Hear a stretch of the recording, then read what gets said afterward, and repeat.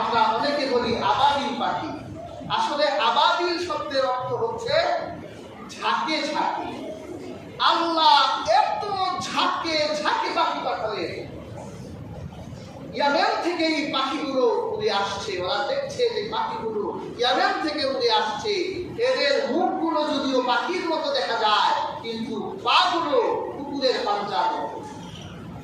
এই পাখিগুলো ইয়ামেন শহর থেকে উড়ে গোটা মক্কা আকাশকে অন্ধকার করে। সুবহানাল্লাহ।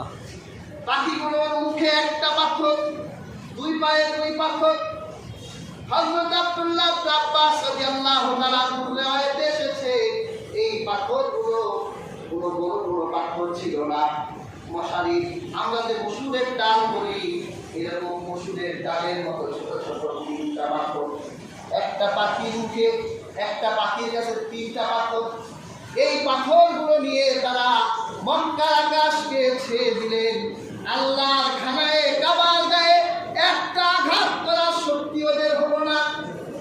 এই পাথরগুলো যখন পাখিগুলো থেকে নিচের দিকে নিক্ষেপ করলো, হাদিসে কিতাবে এসেছে অনেক অঙ্গের যেখানে এই পাথরগুলো লাগে ওই জায়গায় একটা একটা দানার মতো একটা পোড়া তৈরি হয়, আর শরীরে জ্বালা পোড়া তৈরি হয়। মুহূর্তের ভিতরেই আব্রাহার সৈন্য আর সামন্তগুলো মক্কার চারদিকে সবগুলো এমন অবস্থায় মরে গেল। ফাজাআলাহু কাসফিল মাহফুজ। ঘাস যেমন চিবিয়ে ফেললে কোনটা তুলবা আর কোনটা লতা পাতা বোঝা যায় না, অথবা আপনারা গরুর খাবারের জন্য যে ভুসি কিনে, এটা সরিষার ভুসি না কিসের ভুসি যা নির্ণয় করা যায় না, আল্লাহ গোটা আব্রাহার সৈন্য আর সামন্তগুলোকে প্রকৃত টিনের মতো ভর্তা বানাই দিলেন। শক্তিশালী আব্রাহা মুছে গেল, কিন্তু আল্লাহর খানায়ে কাবা সগৌরবে স্বমহিমায় আত্মমর্যাদা দিয়ে এই শহরে দাঁড়িয়ে রইল। আল্লাহর হাবিব মুহাম্মদুর রাসূলুল্লাহ এই শহরকে এত ভালোবাসতেন।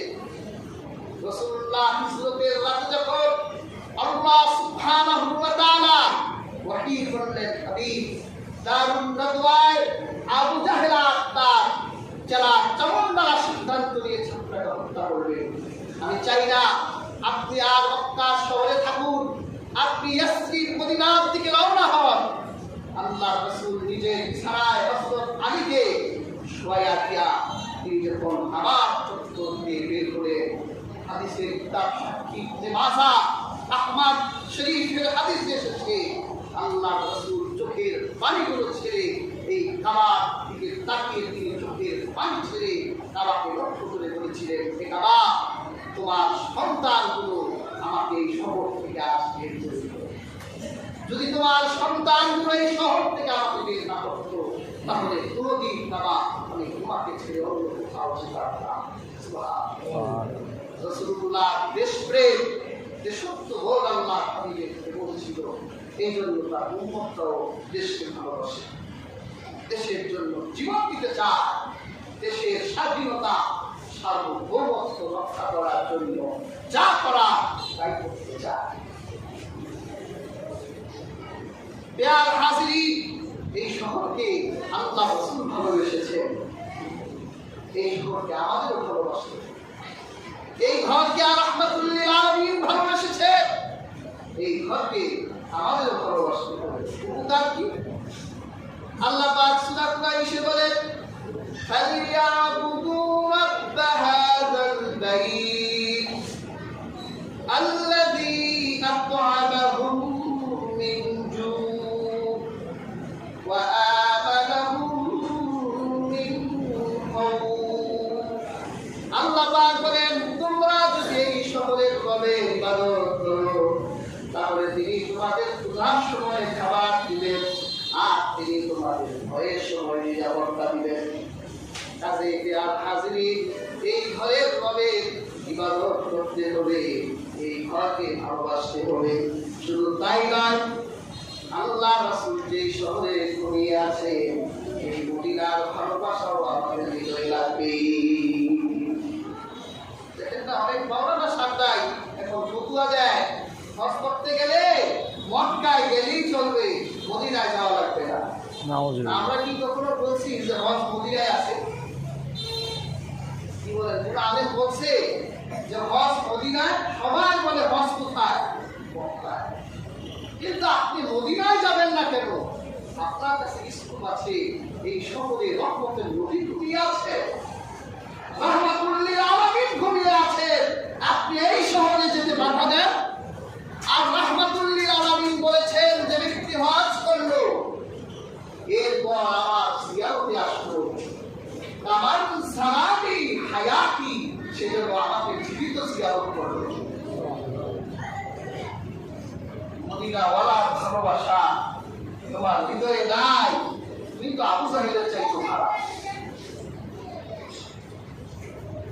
আমরা মক্কাকেও ভালোবাসবো, মদিনাকেও, মদিনাওয়ালাকে ভালোবাসবো, রহমতের নবীকে ভালোবাসবো।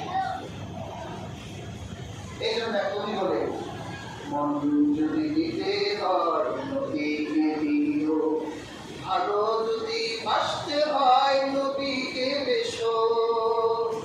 সারা জীবন কাঁদলেন তিনি এই দুনিয়ায়, এখন কাঁদেন তিনি সোনার মদিনায়।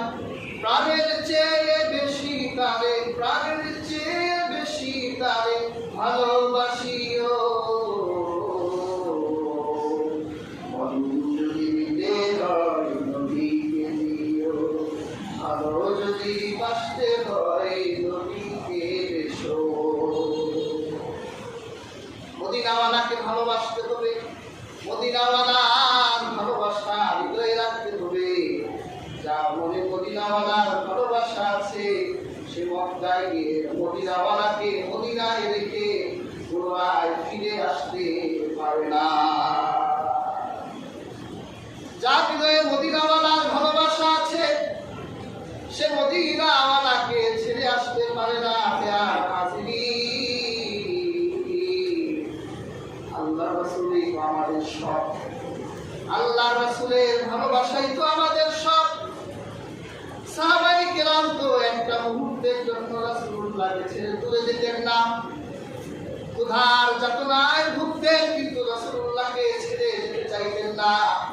এবং হাদিসের কিতাবে এসেছে আল্লাহ রাসূলের একজন গোলাম ছিলেন, আল্লাহ রাসূলের কাছে এসে বললেন, ইয়া রাসূলুল্লাহ, ইয়া হাবিবাল্লাহ, আমাদের কাছে খবর এসেছে আল্লাহ পাক যখন জান্নাত দিবেন তখন আপনি রাসূলুল্লাহকে জান্নাতের সর্বোচ্চ মাকাম দিবেন। নবী রাসূল সিদ্দিক শুহাদা সবচেয়ে উপরের মাকামে থাকবে। আল্লাহ পাক যদি আমাকে জান্নাত দেয়, আমি জান্নাতে যদি আপনি রাসূলকে না পাই তাহলে আমার এই জান্নাতে দরকার নাই। সুবহানাল্লাহ। যে জান্নাতে রাসূলুল্লাহকে পাবে না, রাসূলুল্লাহর নূরানি ইরফানি চেহারা যে জান্নাতে পাওয়া যাবে না, সাহাবারা ওই জান্নাতে যাওয়ার ইচ্ছা পোষণ করতেন না।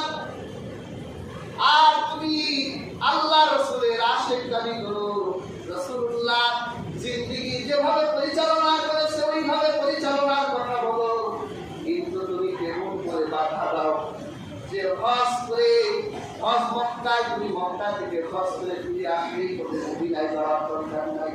মানে মিয়া এই হজকে যিনি ফজিলতপূর্ণ করেছেন সেই ব্যক্তি তো মদিনায় শুয়ে আছে। সুবহানাল্লাহ। হাদিসের কিতাবে এসেছে আল্লাহ রাসূলের কাছে সাহাবারা কাছে কোনো নতুন ফল যখন হতো ওই ফলটা নিয়ে রহমতুল্লিল আলামিনের কাছে যেত। আল্লাহ রাসূল ফলটা গ্রহণ করতেন, এরপর আকাশে দুই হাত তুলে দোয়া করতেন, আল্লাহুম্মা বারিক লানা সামারিনা ওয়া বারিক লানা ফি মাদিনাতিনা। আল্লাহ আপনি আমার এই মদিনা শহরের ফলকে বরকতপূর্ণ করেন, আর আপনি এই মদিনা শহরকে বরকতপূর্ণ করেন।